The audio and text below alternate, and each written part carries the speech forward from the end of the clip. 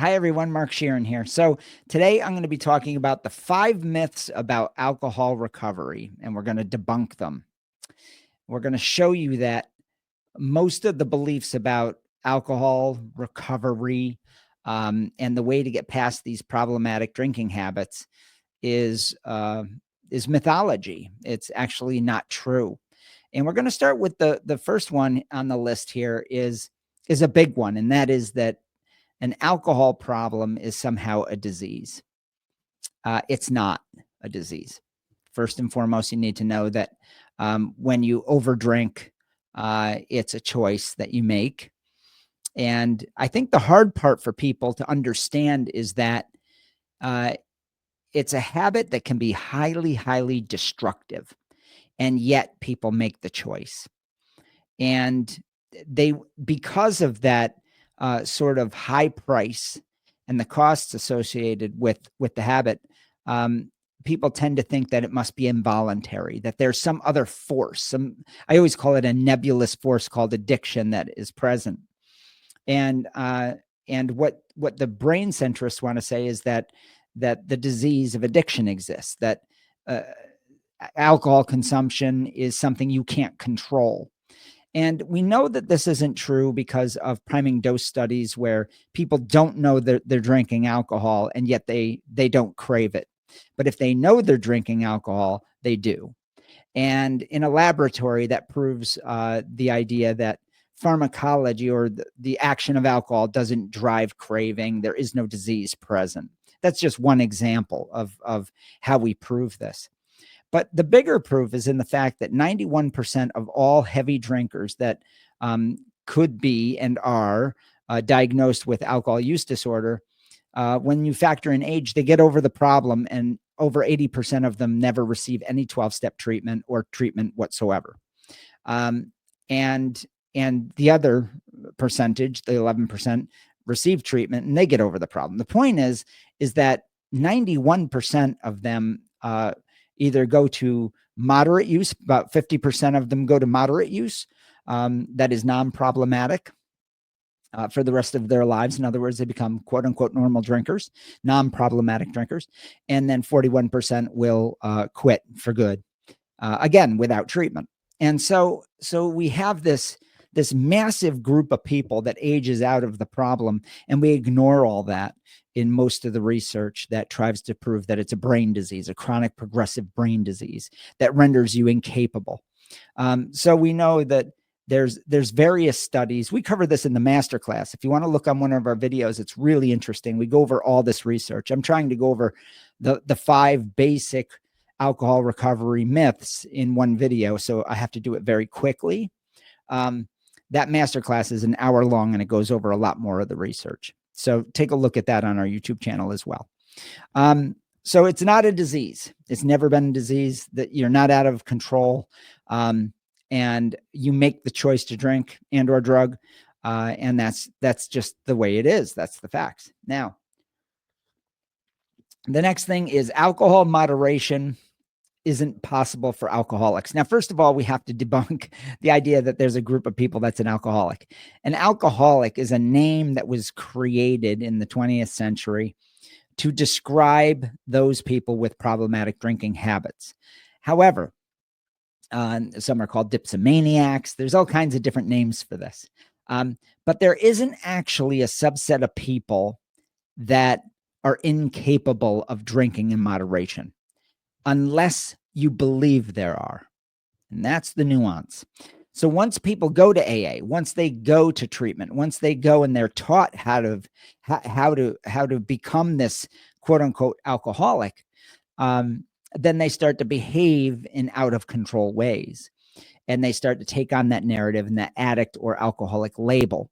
But there isn't an objective state of mind of out of control behavior when it comes to alcohol. Now, people always point out at that point that what about the guy that drinks and drugs and then passes out? Obviously, he's out of control.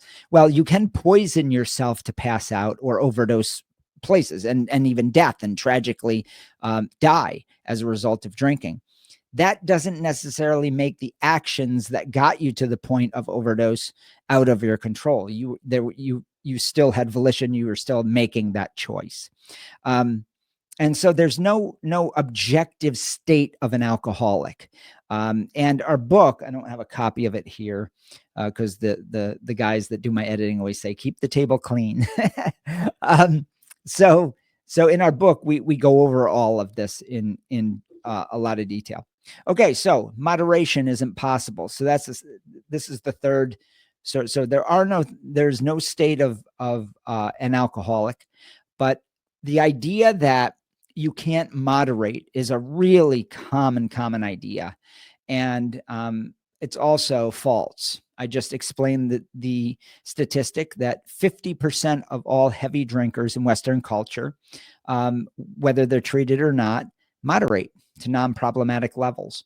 And that's out of the aggregate, out of the whole. And again, another 41% will abstain. And this comes from the largest study, longitudinal study called NESARC. And we cover this in detail in the book, The Freedom Model, as well. Alcohol withdrawal is addiction. This is a common myth that just because you get withdrawal from certain drugs and or alcohol, that constitutes that you are incapable of stopping and that drives compulsive use. It doesn't. It does, however, become a reason for people to be very uncomfortable and feel very sick. And the action of alcohol then, if you're a heavy drinker enough to have withdrawal and to have built tolerance, the action of alcohol then can be used to stave off withdrawal. That doesn't mean that the action of the withdrawal, the pain, the suffering, delirium tremens, it's called, forces you to use. And that's the nuance here that is really important to get down to. Just because you're uncomfortable and or even tragically going through withdrawal, let's say that you have a really deep case of delirium tremens, which can kill you. Maybe you're at risk of seizure or a heart attack, or even if that's the case, you can go to a detox and be safely pulled off the booze. And so that doesn't compel use. There is no force that then says, just because I have this pain, I must drink, unless you, again, are taught that that's the case. And we see that with people that go to treatment and say, I'm so dope sick, I have to get high. I have to get drunk.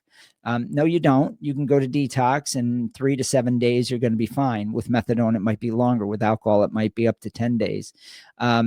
But you have to drink a lot to get there. So really, what is withdrawal? Withdrawal is tolerance coupled with toxicity. And basically, a detox at that point is akin to a poison control center, detoxifying your body. But the fact that you're uncomfortable from the tolerance and withdrawal situation doesn't compel you to use beyond your free will. So this idea that withdrawal forces you to get high is not true.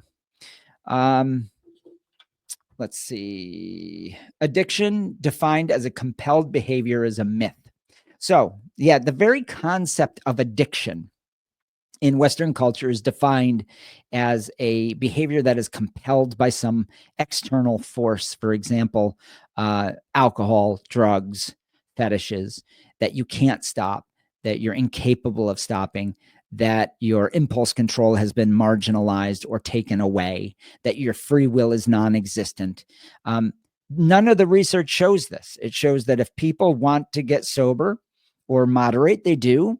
If they truly have a desire for less alcohol, then that's the direction they go in, and they naturally grow out of the problem. As the context of your life gets bigger, the alcohol problem tends to get smaller and eventually goes away. So this idea that you are addicted or that you have compelled behavior is simply untrue. And then lastly, of course, is recovery is needed to remain abstinent.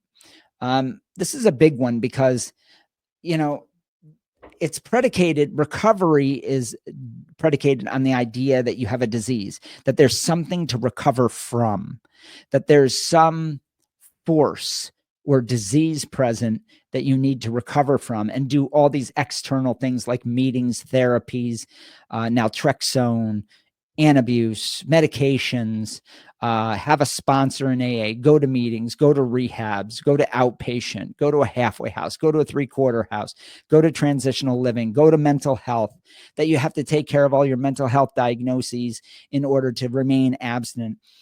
All of these things are myths. All of them. Every single one of them we cover in the book and throughout our channel and our workshops and our coaching model. So recovery is a sham. It's sort of a charade we are all playing in Western culture. It makes a lot of money. It's a $45 billion industry, which is the reason that we have created a diagnosis of a disease that doesn't exist so that we can bill for its recovery. And the recovery is rehabs and outpatient and all those things that I just mentioned. So recovery isn't needed. Decision-making, choice-making is all that's necessary to get over an alcohol problem. Whew. That was a lot. I hope it made sense. If not, because I was trying to cover 5 myths in one video, take a look at all our other videos. Read our book, The Freedom Model for Addictions, Escape the Treatment and Recovery Trap. And if you are struggling and you need somebody to talk to, take a look at our coaching packages. We'd be happy to help you one-on-one. All right. And get through this, debunk all this stuff out of your life so you're empowered to move on and have a wonderful life without the problems. All right, everybody. I hope you have a great day. Take care.